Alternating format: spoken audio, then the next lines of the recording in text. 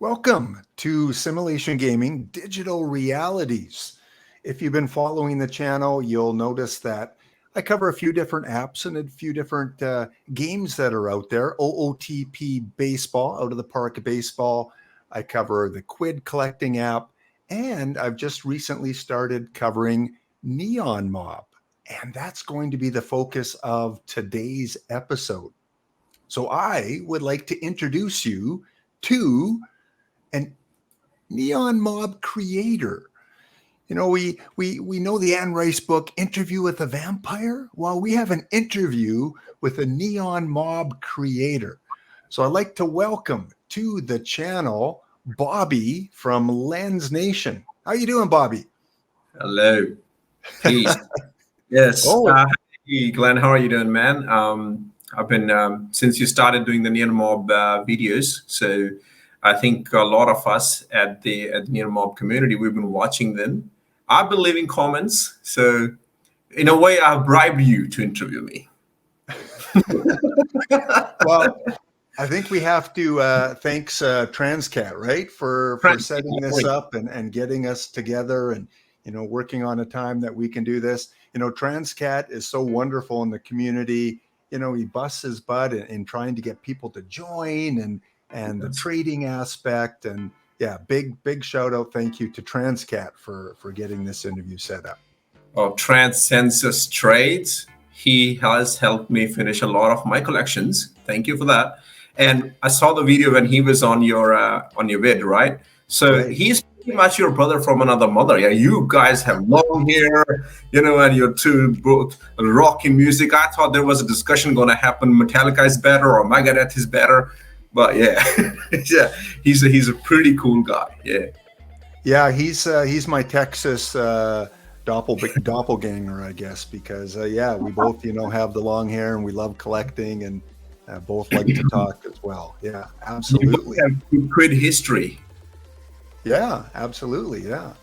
All right, so let's. I'm just going to share my screen here, and again, the audience that is not familiar with NeonMob, we'll get to the app and the website a little bit later and talk about that, and we'll get a little deeper into Bobby's involvement in NeonMob. But for those of you that are unfamiliar with where we are from the Commonwealth, right? We are former members of the British Commonwealth, because I know a lot of the NeonMob collectors are from America and maybe from Europe, but I'm from Canada. I'm from Alberta, Canada, way up here near Edmonton. And Bobby is from Perth, I believe, correct? Yes, Perth, Australia. Perth, Australia. So that's just right. To give you, that's where I'm from. Yeah. So just to give you guys an idea where Perth is compared to where I am, you know, let's take a look at Google Earth here. Yeah, it's pretty far.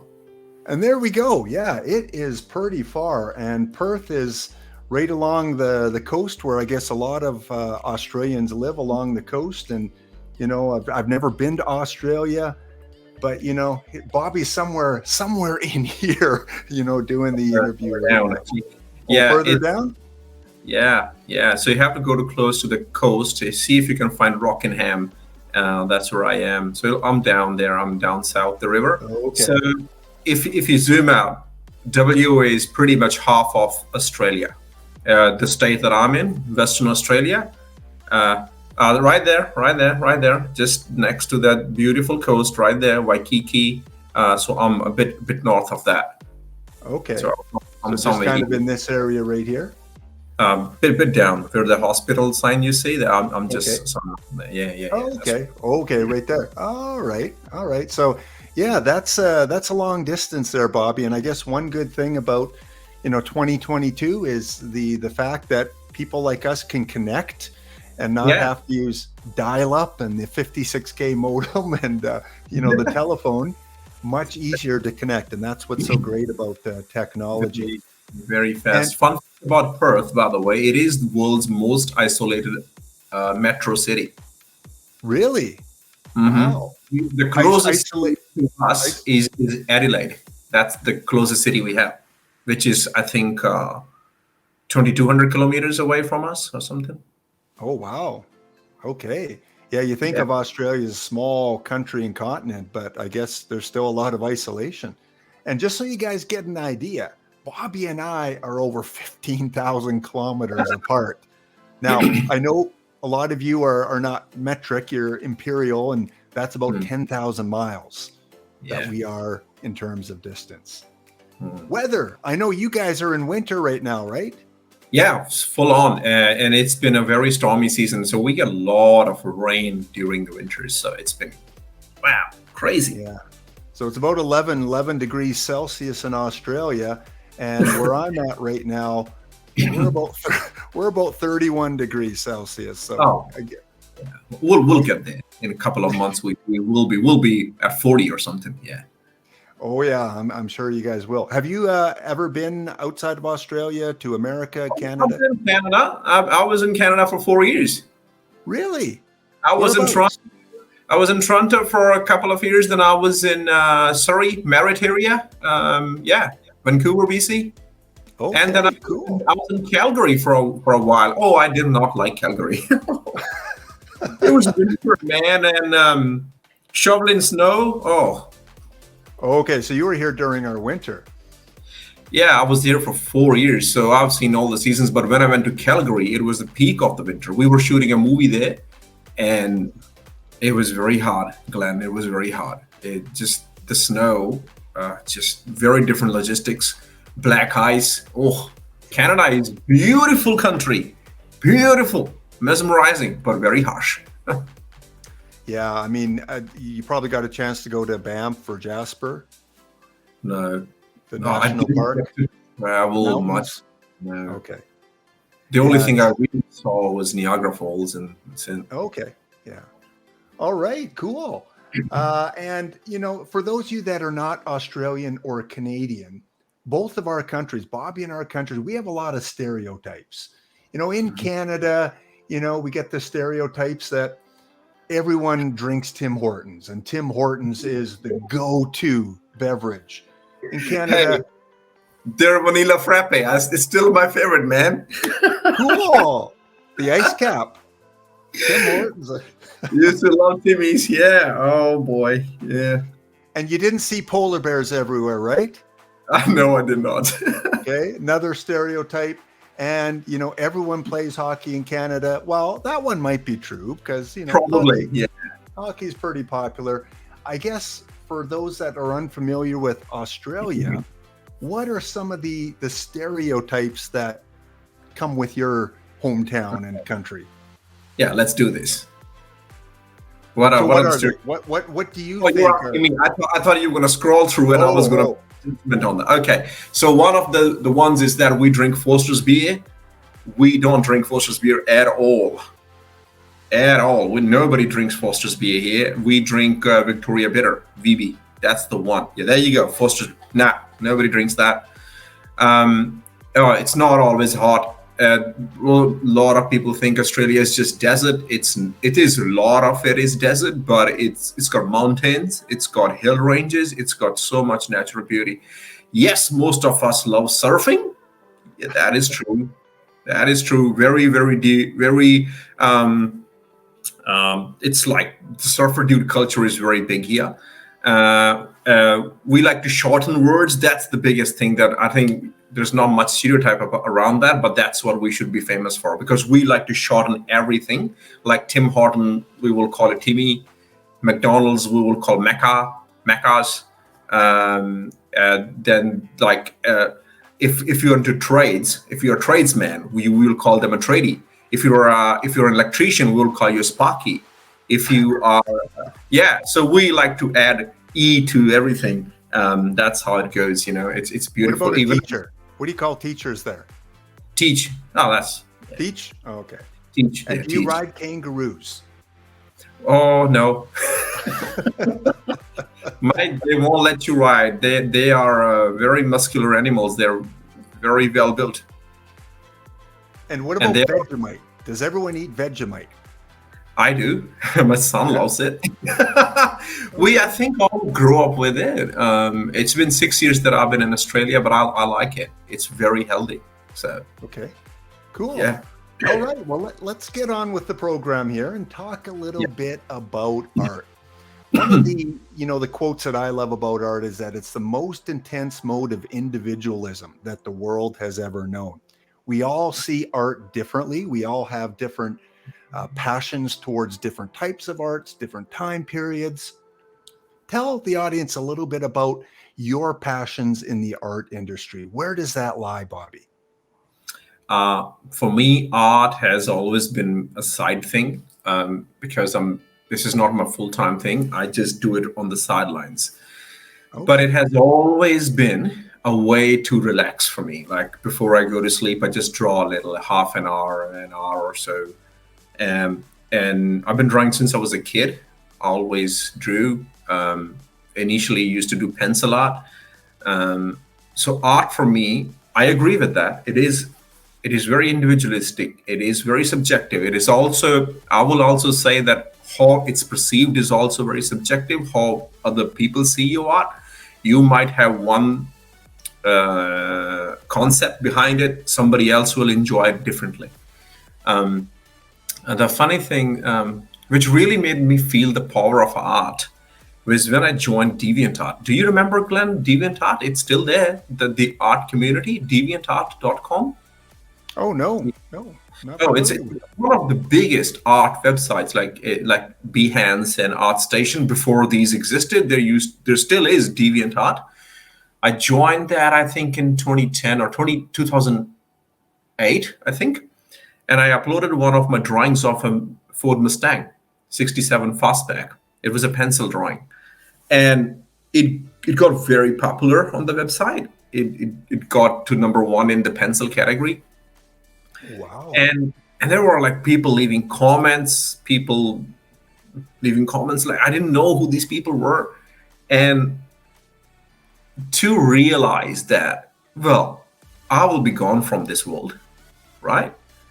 But my art will survive me, it will still be there to enjoy, to see. It's a cliche thing to say, but if you understand what it means, that was very powerful to me. So art has been my relaxation, my meditation. It's my way out of this world's realities. That's what art is for me. Okay, yeah, that's pretty cool. And I love viewing art and I love going to museums once in a while, Wow. but I'm not a drawer. And I guess either you have that talent or you don't. And I can't even draw a stick man properly. And I just applaud people that have that ability and that talent because many of us just simply can't. Is this something that you learned from an early age, or is it something you developed over time in school? How did that artistic ability develop for you? I think it was just, oh no, I didn't do any courses. As I said, it's always been a side thing. So I haven't done any courses. I haven't done any majors in arts or anything. I did my majors in English anyway. So I just used to draw when I was a kid. I used to draw cars and bikes. I always loved automotive artworks. So that's what I'm famous for on Instagram anyway. I mean, on Instagram, I don't do landscapes or anything. I just do four-wheel drives, 4x4s. So I just started doing this by myself. I think my dad was a good artist. So I think I got it from him. It's definitely a kind of a God gift. I'm kind of an atheist, but I think it's what I was born with. But it's not to say that you cannot learn art, because if you keep at it, you can develop certain techniques, certain things you can be good at. And if nothing works, you have filters on your cell phones now. So everybody can just create something now because the AI is getting very powerful now. So. And when did you make that transition into digital art? Is it something fairly recent, or has it been for a few years? That's a very good question, Glenn. I used to do pencil artworks. That's the only thing I did. And that's what I was famous for on DeviantArt. I have lots of my artworks on DeviantArt. But And then people would start asking for commissions, like, can you draw my car? And drawing with pencils is very hard. It's very time consuming, very hard. There are no undos. And with pencils, the canvas is very limited. The biggest I could draw was A3. I couldn't go bigger than that because it's pencils, And I would want to charge quite a lot for that because I'm spending 30, 35 hours drawing an artwork, but people don't want to pay that money. So that's where the transition into digital started for me. It's like, there has to be an easier way than this. And I'm always intrigued by new technologies. So I taught myself how to do websites, watching YouTube tutorials. And then I became a graphic designer. And as being a graphic designer, I developed the digital drawing skills. And then I started drawing in Photoshop. I used to draw a lot in Flash, Macromedia Flash, if you remember, which became Adobe Flash. Yeah. So I used to do a lot of vector art. So that transition happened, I think, around 7 years ago. It has always been there. I've always been drawing digital, but main thing was pencils. But now I just do digital because now I have Procreate, the app on iPad, which is just brilliant. So good. It gives you so much freedom to create whatever you want. So it's all digital now. And would you say that your passion is stronger or about the same as drawing? I mean, both are art, but do you favor one or the other?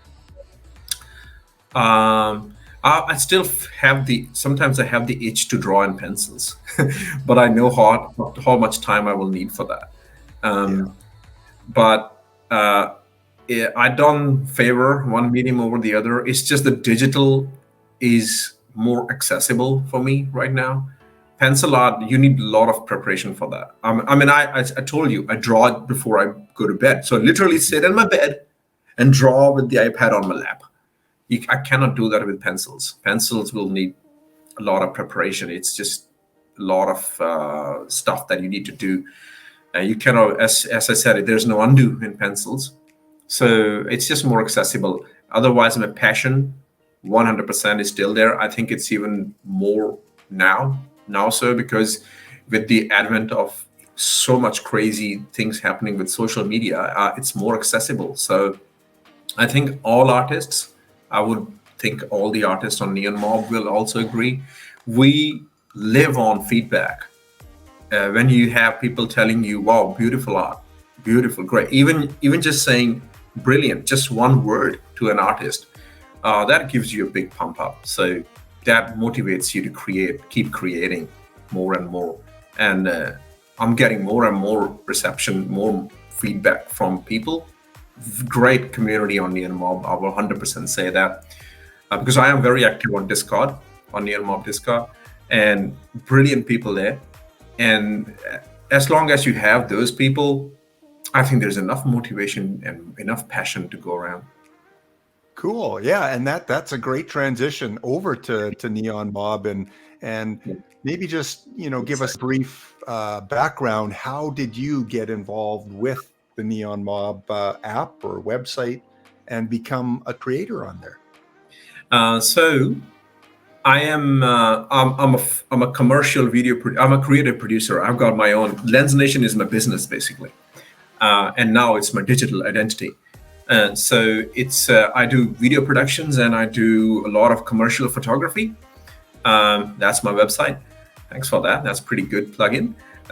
So do a lot of automotive travel commercial work and travel across Australia to do that. And so pretty much the way my life works is like 1 week is my shoot week and 1 week is my edit week because I do editing myself. So 1 week I have shoots planned. I'm shooting this even today after wrapping this up. I'm going for a shoot. And then 1 week I'll just literally sit on computer and work. So I always need something to keep me interested when I'm working on my computer, like something I can do every hour, something I can do, So I play a game called Gems of War. I don't know if you heard of that game, Gems of War. Yeah, it's pretty awesome, man. That's a great 3 matching gems and all that. It's good because I can play it every now and then after every hour or 2 hours and play a little bit. But I wanted something else to do. Like, what else can I do, which is not so resource hungry? I can just go, check, done, go back to my work. So I was looking for card collection games and all that. And that's where NeonMob pops up. That's how I discovered NeonMob. And when I found out that I can create my own series, that was like, wow, that is just beautiful. Because there's so much art that I create which doesn't belong on my social media, like on my Instagram. If you scroll down, you will see my Instagram feed right at the bottom. It's all art. So this is my artworks. These are all my artworks. So these are 4-wheel drives mostly, and some of my photography there. Wow. Yeah. So, but there's a lot of other stuff that I create which doesn't belong anywhere, because on Instagram, if I post a landscape, it's not going to work. My audience wants me to post 4-wheel drives. So on NeonMob, I was like, this is a beautiful outlet where I can create a series of my art, and then I can do it, and then it's a bucket list done. Move on to the next thing, done. Move on to the next thing, done. Because I draw fairly quickly. So that's where I was like, I'm going to do this. I'm going to start making a series of artworks on NeonMob, and it's a very friendly community. So that was another very big boost.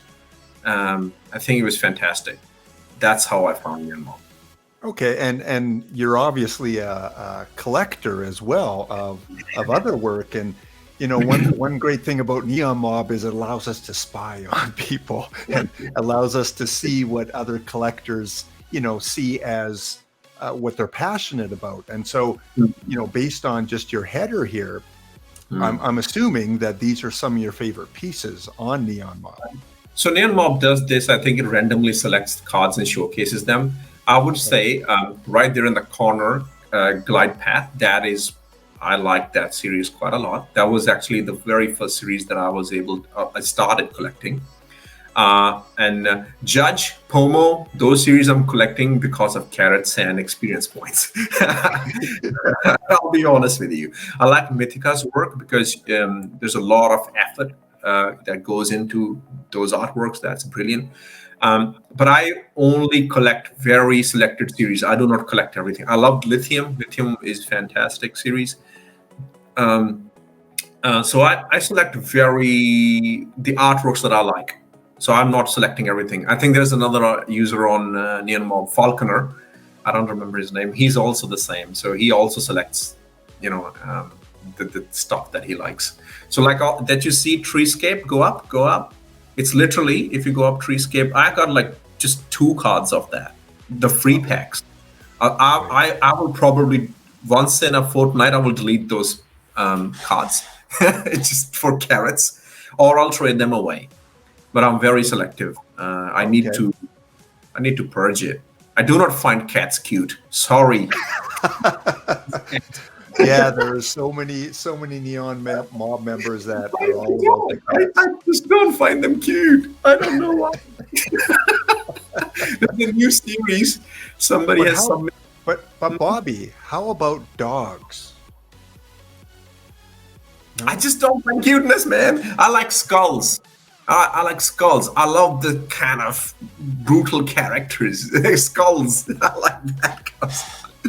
I like the ink creepy. That's my kind of stuff. Yeah, I like that kind of stuff. Yeah. Okay. My favorite band is Megadeth, so go figure that. Oh, wow, Megadeth, huh? Yeah. So I'm not Metallica gang, so. You still find yourself opening packs and going after. In fact, I gotta do that right now, mate. Now, Bobby, you must be a pro member, correct? I am, yes. Yes. Definitely benefit to that, correct? You get the 12 free packs and, more access to cards and more cards. And yeah, definitely for those of you that are not a pro member and you have the financial means to do it, it's worth the 99 American dollars a year to subscribe and be a pro member. So many benefits. Again, I talked about that in the previous episode. And yeah, it's very cool to see an artist that also is a collector and not just on NeonMob to, promote their work, but also opening packs, which promotes other artists' work as well.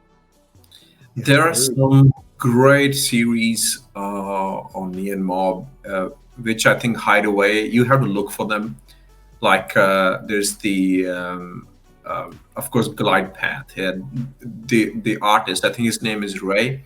He's done a lot of brilliant series. If you find his artworks, pretty cool stuff. Mythica is fantastic. There are so many series that Mythica has done. It's impossible for me to collect them, but I right. would like to collect them. A lot of effort in every single card. A lot of respect to Mythica. Yeah, so there are lots of beautiful series on NeonMob.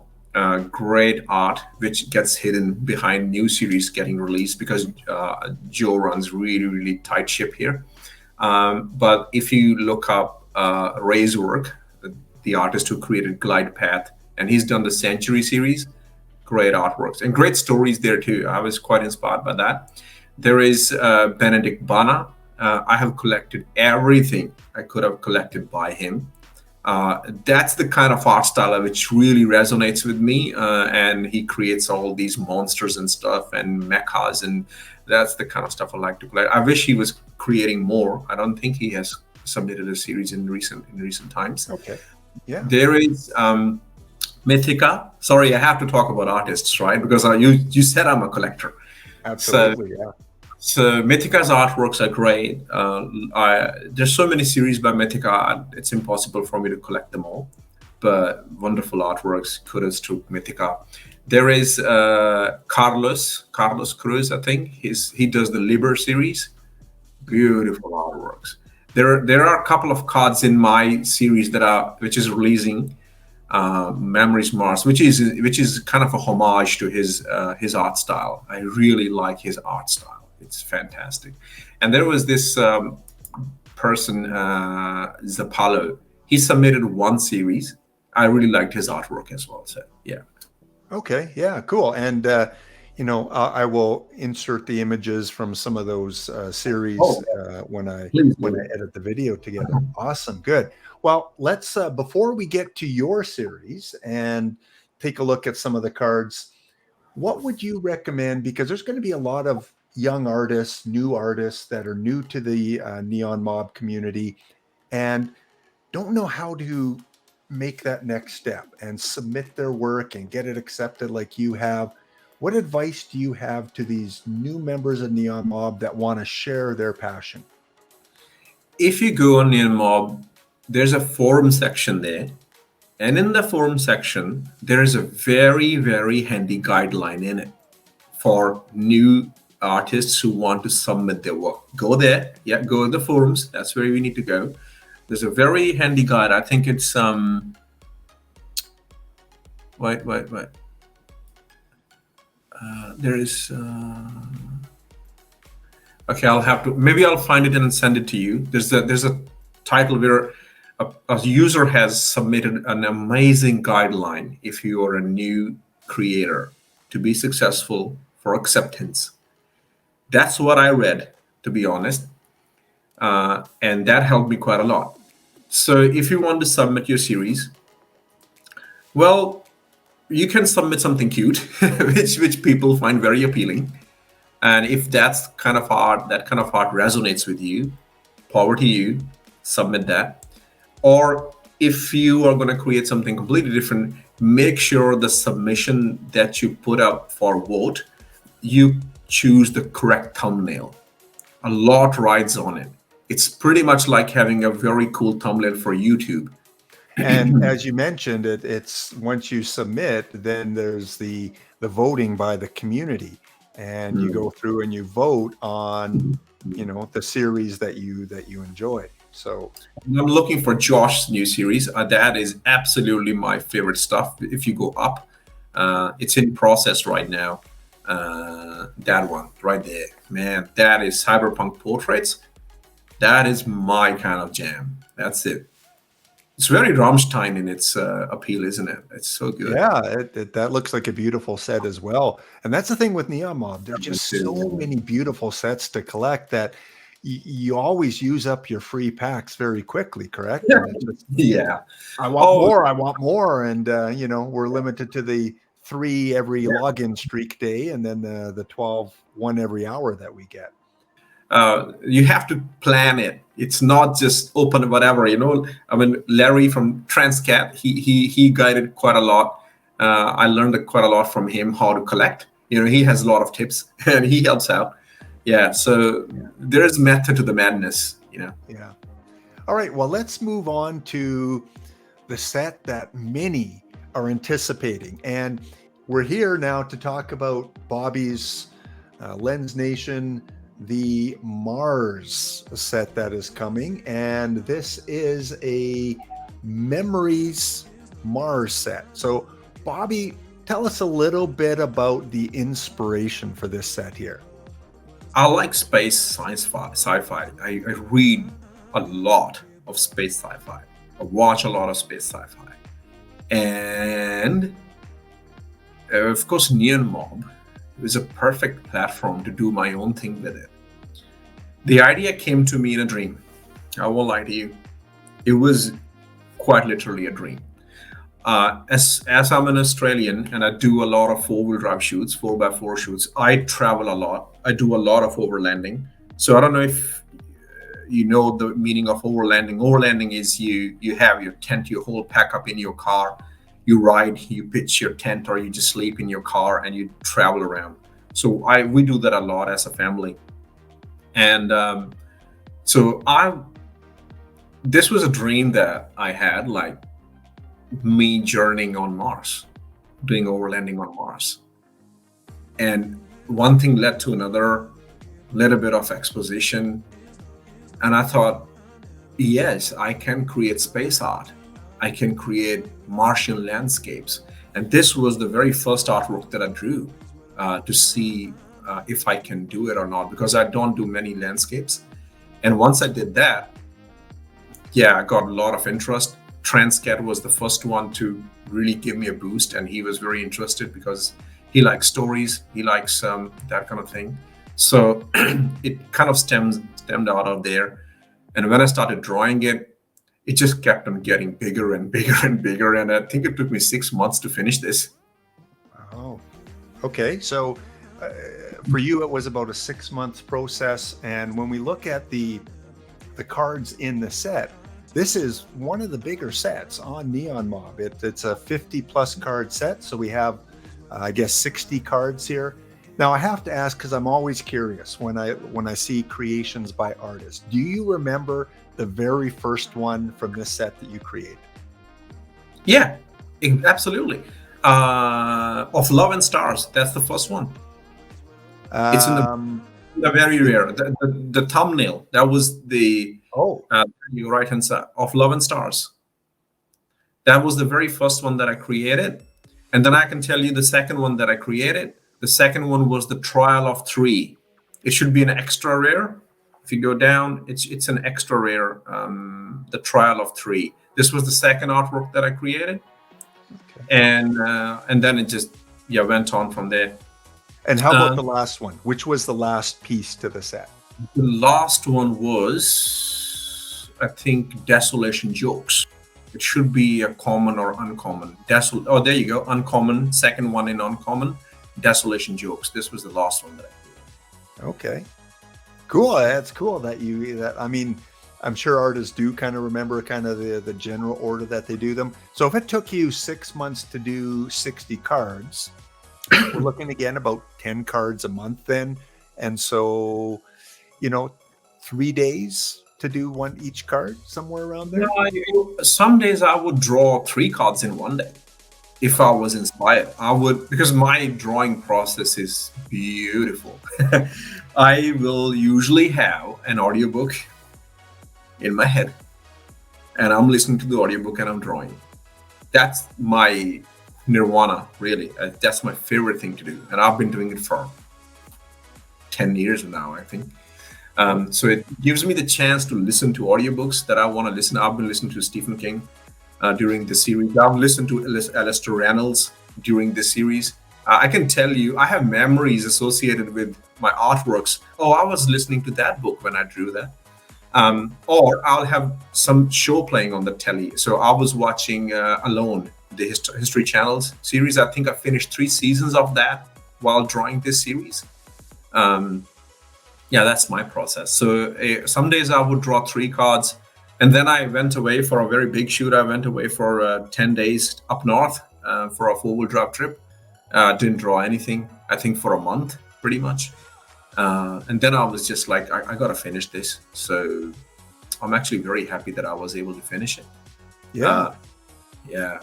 And I like the proper numbers. So it didn't really have to be 12 each, but the story was so long. I think I actually finished the whole story in 54 cards. I needed 54 cards to tell the story. So, and after that, I was just 6 away from having an even number. So I spoke to Joe, and he's like, yeah, no problem, go for 12 each. So I drew 6 more cards. Okay. And so the description, is that kind of the meat of the story, or would you say that, going and right up here, the guide to Martian culture, is that more of what the story is about? No, the story is definitely in the summary. But as I said, I'm a big fan of sci-fi. And we were just having this discussion on our NeonMob Discord the other day. It's all about the meta fantasy and the high fantasy these days. And this series actually became that, because you will this. I don't know how the users are going to take it. I allude to so many things which are very clear in my head, because this is not a Mars which is depriving. It's not a Mars which is going down. It's a Mars which has thrived. In my Martian lore, Mars has seceded from Earth. They have their own identity. They have their own culture. They got their own history. There's politics there. There's religion, and it has completely seceded from Earth. And they don't really. It's like completely different. Like on Earth, we have a different country, completely different culture, and they don't like you. So it's like that. They're not fighting. There's no space fight happening, but the two cultures do not get along anymore. And Mars, they're very proud of their own identity. So they have come up with a lot of ways to show that to the people of Earth. So that's where the quick study comes in, because I've written the story, because all the story that you read is from the point of view of the narrator, of the young teen who is traveling. So he talks in his own way. He talks in his Martian way. And he has his own slang. He's got. I came up with my own, curse words because of everything curses, right? So he curses in his Martian language. So if I didn't do that quick guide, I think a lot of users would be lost. Like, what is this? What is he talking about? So I had to give a little bit of explanation to that.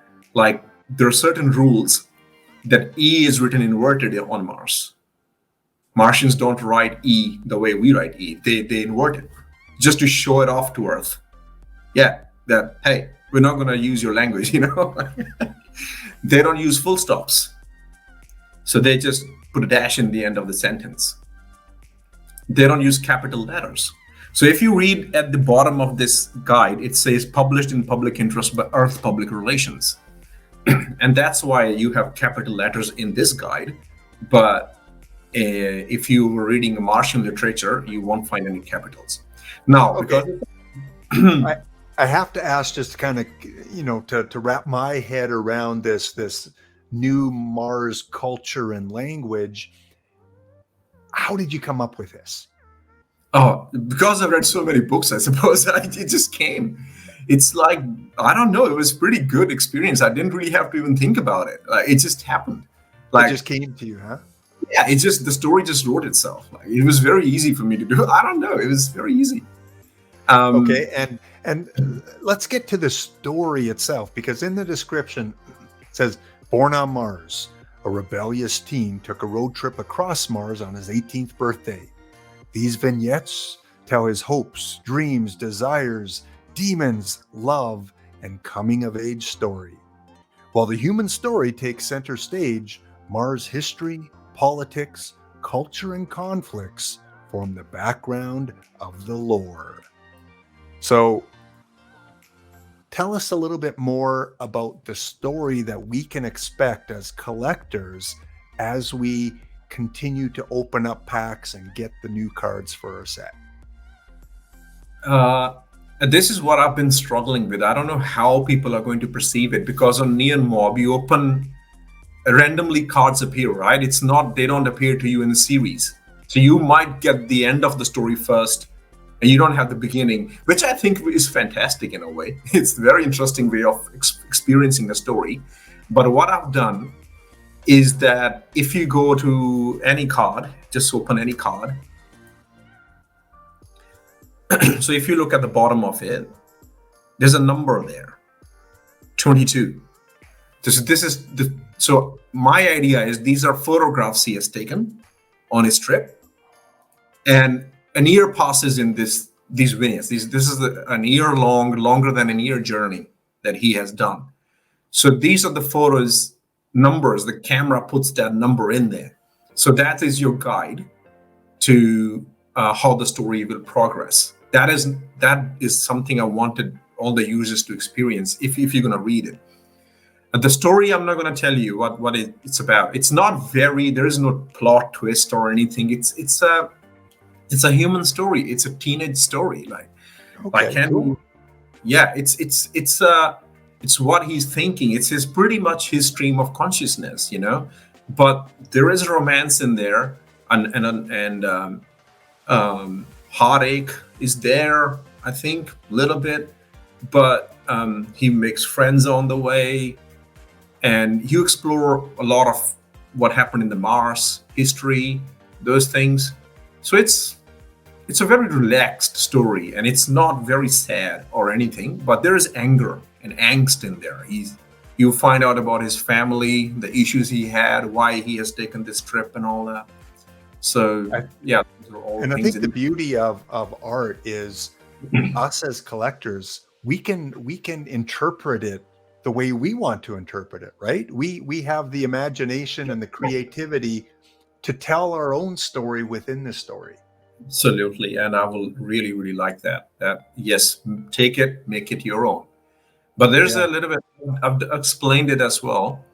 So the story is finished between the core cards. So you will finish the whole story between your up to extra rares. That's the end of story. Okay. I take A's, cards, and variants very seriously. Right. I do not like to collect series which have 40 plus variants and they are just filters on them. Okay. I think they're going to hang me for this.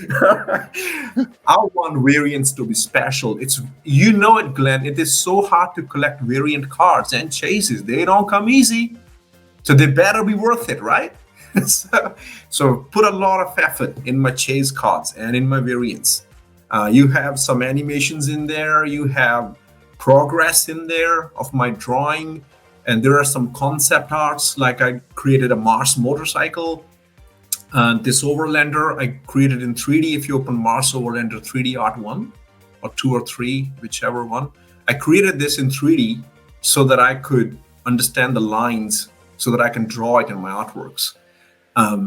So these are special cards. So if you collect them, if you choose to collect them, you will not regret it. They are all very special cards. That, I applaud you, Bobby, for putting the thought and the effort into creating special chases and variants, because I agree they are very tough to come by.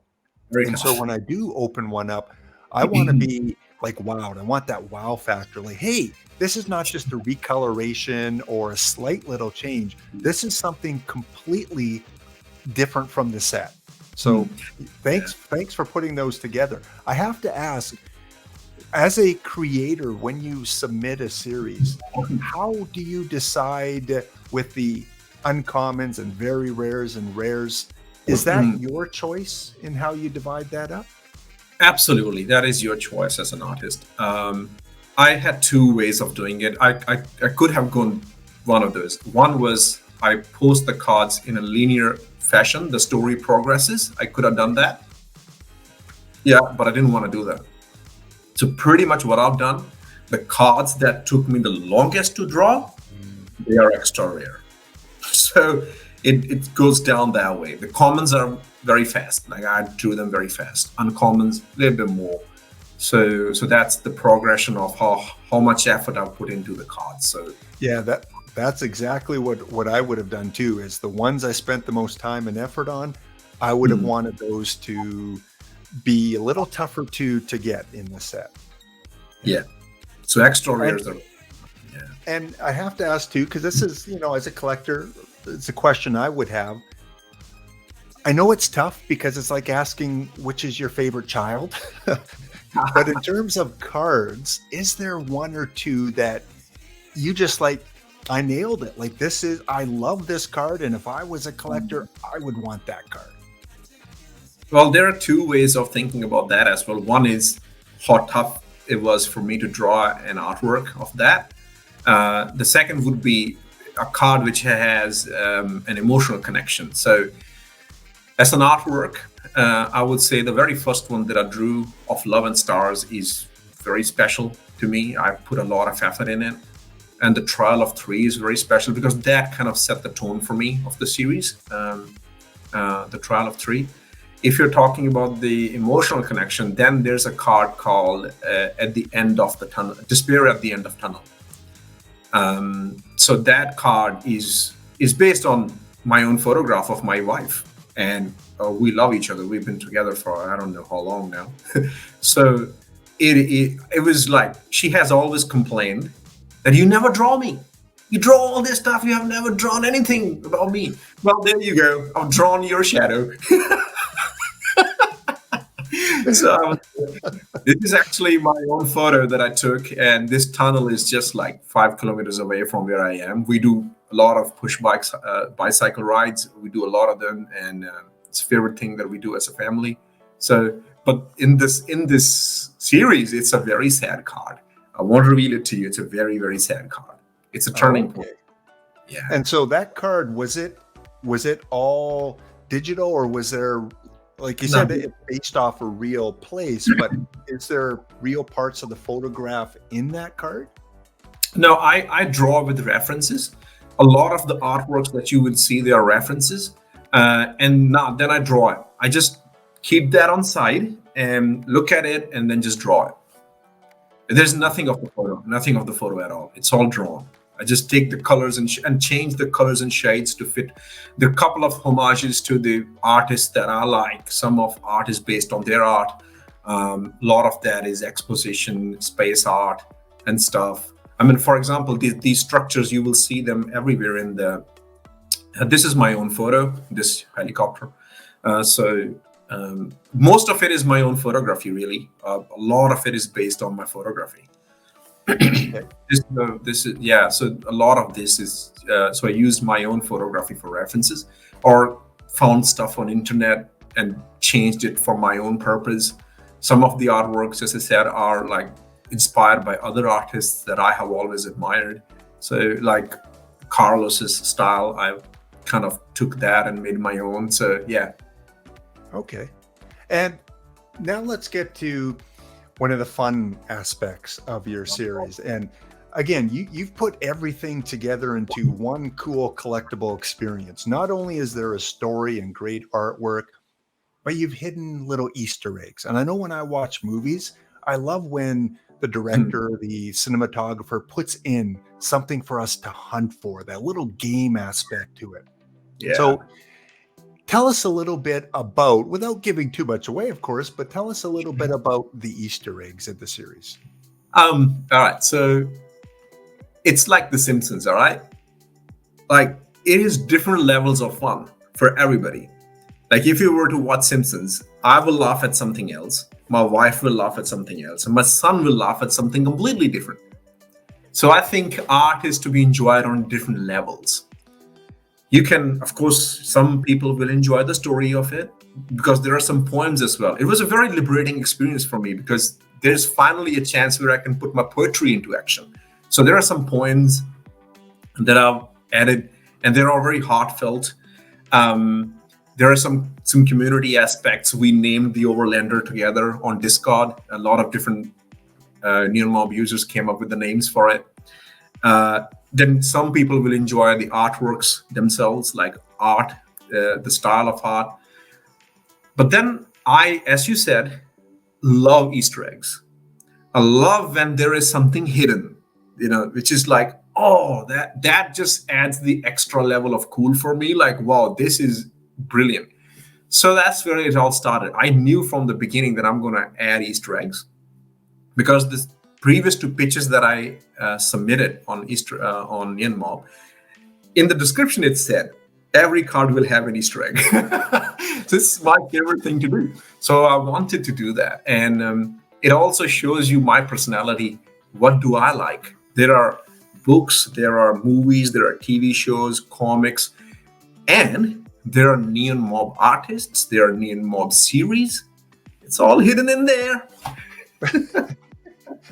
And I'll leave the link to your website in the description for the video, where people can go and kind of look at what I showed on screen there with the different Easter eggs for the cards.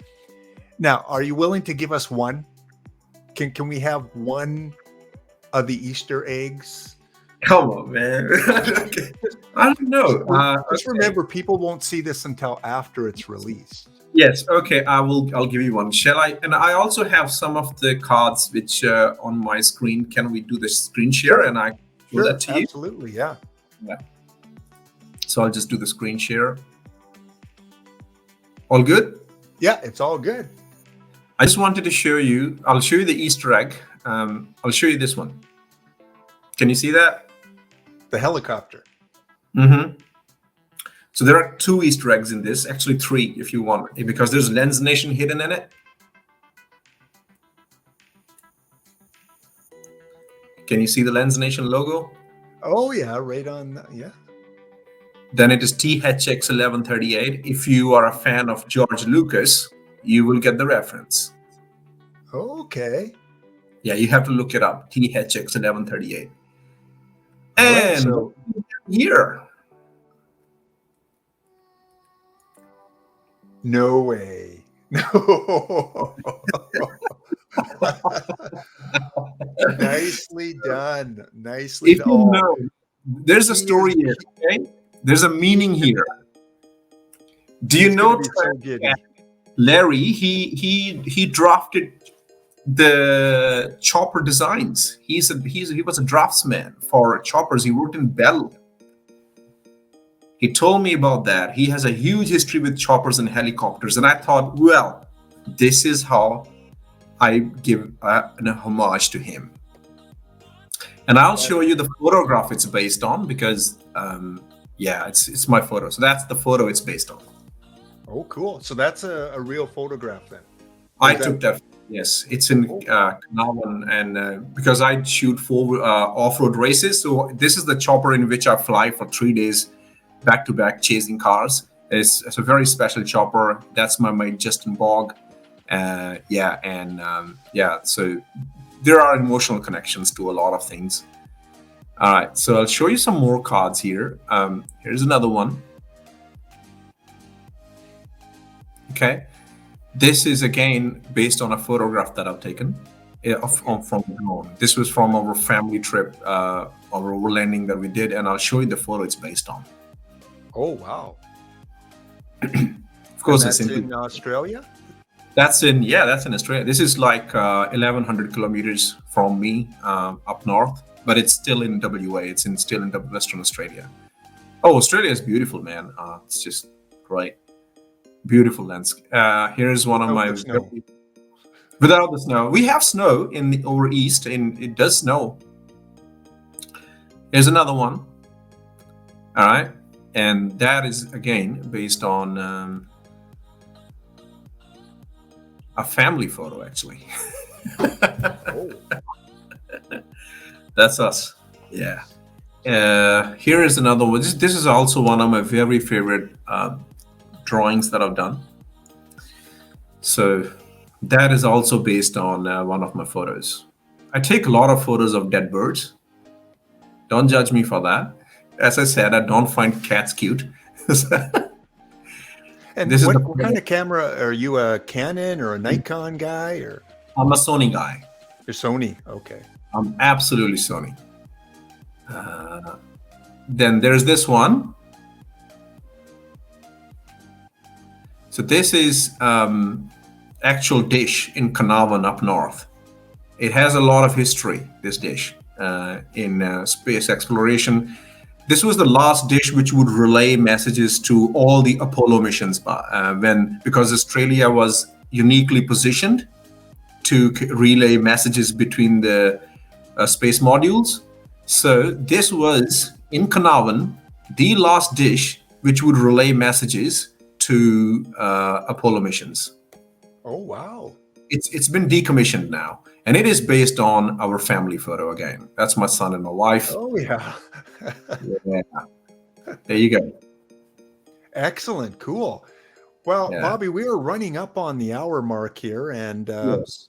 it's kind of what I wanted for time wise, and I'm looking so forward to collecting this here. It's going to take me a while to finish it off, but that's I like that too. I don't like finishing it in 4 packs or 5 packs. You want to experience it over a longer period of time. So this, if I'm correct, this is your first submission, and do you have another one planned in the works? Yeah, I think a couple of ideas that I want to do. I do actually. I want to do a tanks series because I Tanks? like tanks, armored vehicles. I want to do Navy, one on Navy ships. I want to do one on aeroplanes, the fighter planes and stuff like that, because I find that NeonMob is very unique for that, because you can create multiple series thematically. So that's what I want to do. There's another idea that I just had pop in my head in another one of my dreams. Because when I travel, I take a lot of photos with my wide angle lens from inside the aeroplane. So I'm sitting next to the window seat to the porthole, and I take a photo, and I have a huge collection of those photos. So my idea was like, how about I release an illustration series called Through the Porthole, Australia. So like 14, 15 cards, like just different landscapes of Australia. And then you can see that's a photo from inside the plane. And then maybe I can do Through the Portholes, Canada, Through the Portholes, Africa, or, just carry on doing landscapes. I love that. And of course, when you pick a country or a region of the world, people that live there, obviously it's a more stronger bond that they're going to have to that series, right? So yeah, awesome. If people want to reach out to you, to ask you questions, what's the best way to do that? Well, for the NeonMob people, I'm always on Discord. We're always chatting, so I'm always there. Guys can chat to me. And we're, of course, I'm also doing the Easter egg competition. No, it's not a competition. Basically, on my website, there's a form that you can fill if you go up. So if you go down, there's a form where you have hints to which card has how many Easter eggs are there. And then you can fill this form with your username and submit it. And I will keep a tally. I will start posting that Transcat has successfully discovered, say, 36 Easter eggs.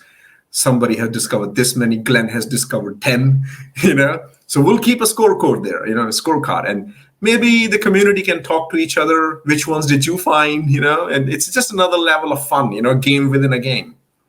Okay. Yeah, and I'm also always on Instagram. And I'm very lonely on Twitter. So if you guys want to come and join me. All right, so a lot of places that people can get a hold of you. And of course, the website is the main place that they can look at your work. Do you, as an artist, do you still do commissions? Do you, sell your work, high res copies or real, photographs that people can print out? What's the process, or is that information on your website? Well, on Instagram, I do art commissions of 4-wheel drives. There people just commission it on Instagram, and I draw the artwork for them for a price. If you want to buy any of the cards, I think just get in touch with me on the website or on Instagram or on NeonMob. I'll be happy to give you prints. I haven't really thought about it, But yeah, I do sell my artworks. Yes. Okay, awesome, great. Well, Bobby Lens Nation from Australia, my Australian Commonwealth brother, thank Yeah. you so much for joining me on my small little engine that could, channel. And I'm still plugging away and hoping, we get more mobsters, as I call them, joining the channel and subscribing. And I'm hoping to, get a hold of a few more artists as well. And if any other artists would like to come on either on the upcoming release of their new series or talk about some of their older series, I'm on Discord as well. You can email me through the email on YouTube. Lots of ways that you can get a hold of me. I love these opportunities. I'm a big fan of art and even cats, yes, and dogs and all different types of artwork. And I just enjoy so much picking the brain of artists and finding out what drives them and motivates them and where their passion comes from. So I'd love to interview more of you guys. Get a hold of me and we can set something up as well. So any closing comments that you want to make there, Bobby? Hey, this was really a lot of fun, and I think the timing was perfect from your part because the series will be released when this comes out, and I absolutely enjoyed.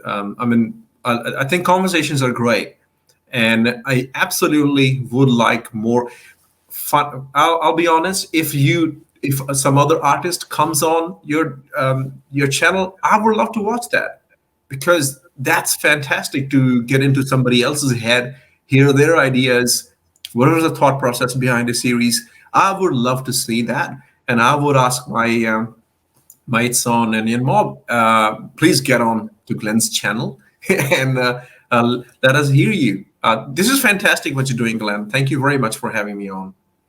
Thank you. And yes, like I said, it means a lot to me. And good luck with your series. And all of you that are watching this now, what are you doing? Go open packs. Go get on NeonMob. Start opening these. Follow the story. Find the Easter eggs.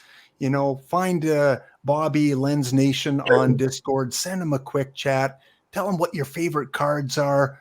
Tell him what you believe the story is, how you're connecting it to your life, your experiences. And again, thank you so much, Bobby. And I hope when you release your new series, you'll contact me and we can reconnect and do another episode. We are friends on Discord now, so I'll probably throw you as an Easter egg in my next series. Oh, well, I'm a history buff. I love history. So, He's already giving me ideas.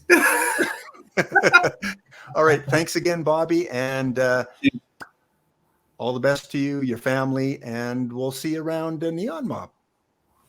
Keep collecting, guys. See ya. What an awesome interview. I want to thank Bobby so much for coming on my channel and talking about his upcoming release. In fact, it is probably already out by the time you listen to this. If you haven't had the chance, go check out Bobby on NeonMob. Check out the NeonMob Mars mission set. Start collecting those. Get involved in the story. Look for the Easter eggs. Let Bobby know what you think of this set. Check out his website as well. I will leave the link in the description box below. And check out his work on deviantart.com.